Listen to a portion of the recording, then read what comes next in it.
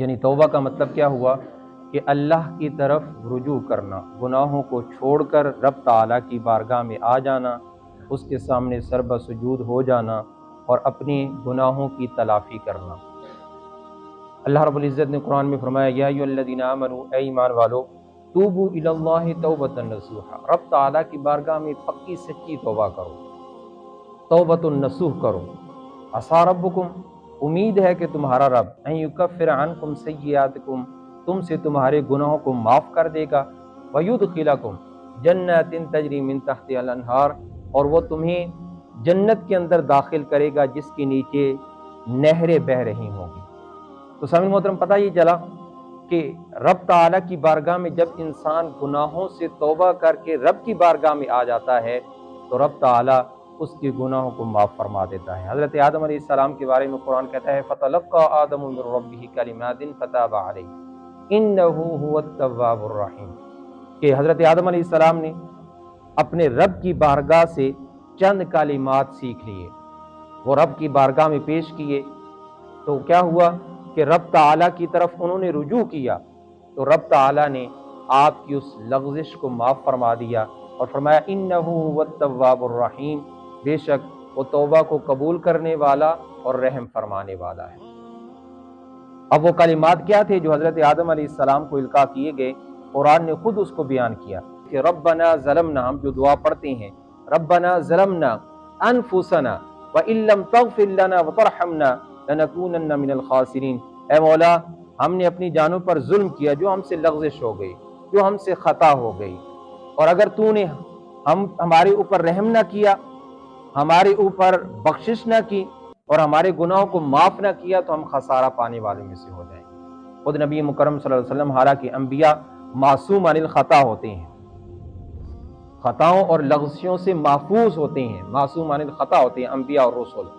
لیکن نبی مکرم صلی اللہ علیہ وسلم کے بارے میں آتا ہے، بخاری شریف کی حدیث مبارکہ ہے کہ حضرت ابو ہریرہ رضی اللہ تعالیٰ عنہ فرماتے ہیں کہ اللہ کے نبی صلی اللہ علیہ وسلم کی دعا مانگا کرتے تھے واللہ انی استغفر اللہ واتوب الیہ فی الیوم اکثر من 70 مرہ، اے بار الہ میں تیری بارگاہ میں 70 سے زیادہ مرتبہ استغفار اور توبہ کرتا ہوں۔ یعنی وہ ہستیاں کہ جو معصوم عن الخطا ہیں، جن کو محفوظ کر دیا گیا ہے غلطیوں اور لغزشوں سے، لیکن ان کا معمول کیا تھا کہ آپ دن میں 70 سے زیادہ مرتبہ آپ توبہ فرمایا کرتے تھے کہ یہ توبہ رب کی بارگاہ میں بڑی مقبول ہے۔ یعنی رب تعالیٰ کو اپنا وہ بندہ جو نادم ہو کر شرمندہ ہو کر اس کی بارگاہ میں آ جائے اور توبہ استغفار کرنا شروع کر دے، ایسا بندہ اللہ رب العزت کو بڑا مقبول ہے، اور یہ رب تعالیٰ کی خوشنودی اس سے حاصل ہوتی ہے جب انسان اپنے رب کی بارگاہ میں توبہ کرتا ہے۔ مسلم اور بخاری دونوں کی حدیث مبارکہ ہے، متفق علیہ، حضرت انس بن مالک رضی اللہ تعالیٰ عنہ فرماتے ہیں کہ رب تعالیٰ کی بارگاہ میں توبہ اتنی زیادہ مقبول ہے جیسے ایک مثال اللہ کے نبی نے بیان فرمائی۔ اللہ کے نبی صلی اللہ علیہ وسلم نے ارشاد فرمایا ایک شخص ہو، زادہ راہ لے، اپنے ساتھ سامان لے کھانے پینے کا، اور وہ سفر پر نکل پڑے، ایک جنگل میں جائے، جنگل میں وہ تھوڑا آرام کے لیے رکے اور اپنی سواری کو ایک جگہ باندھے، جب وہ اٹھے تو دیکھے اس کی سواری غائب ہو چکی ہے۔ اب اس میں کھانے پینے کا سامان اور اس کی جو زندگی بچانے کا سامان ہے سارا تو اس پر تھا، وہ غائب ہو گئی۔ اب وہ تلاش کرنے لگا، تلاش بسیار کے باوجود اس کو وہ سواری نہ ملی، آخر مایوس ہو کر وہ ایک درخت کے نیچے آ کر بیٹھ جائے اور اس کی آنکھ لگ جائے، اور دوبارہ جب آنکھ کھلے تو وہی سواری جو اس سے کھو گئی، جو گم ہو گئی، وہ اس کے پاس آ جائے اور اس کی خوشی کی اتنی انتہا ہو کہ اس کی زبان سے کیا نکلے، وہ کہے اللہم انت عبدی وانا ربک، یعنی اے اللہ تو میرا بندہ ہے اور میں تیرا رب، نعوذ باللہ۔ یعنی یہ الفاظ کیونکہ خوشی کی وجہ سے ہوتا ہے، فطرتاً اور قدرتاً انسان کی زبان سے الٹ الفاظ نکل جاتے ہیں، تو فرمایا ایسا شخص اتنی خوشی اس کی ہو کہ جب وہ اپنے زادہ راہ کو دیکھے تو اس کی زبان لڑکھڑا جائے اور الٹ الفاظ نکلے اللہم انت عبدی وانا ربک، یہ الفاظ نکل جائیں۔ اللہ کے نبی صلی اللہ علیہ وسلم نے فرمایا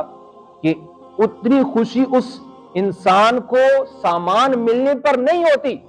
جتنی میرے رب کو اپنے بندے کی توبہ کرنے پر ہوتی ہے۔ جب وہ اپنے رب کی بارگاہ میں آتا ہے، ندامت کا اظہار کرتا ہے اور آ کر توبہ کر لیتا ہے، تو رب تعالیٰ کو اس سے بڑھ کر خوشی ہوتی ہے جتنا اس بندے کو جس کا سامان گم ہو گیا اور گم ہونے کے بعد دوبارہ مل جائے، رب تعالیٰ کو اس سے زیادہ خوشی ہوتی ہے، کیونکہ وہ رب ہے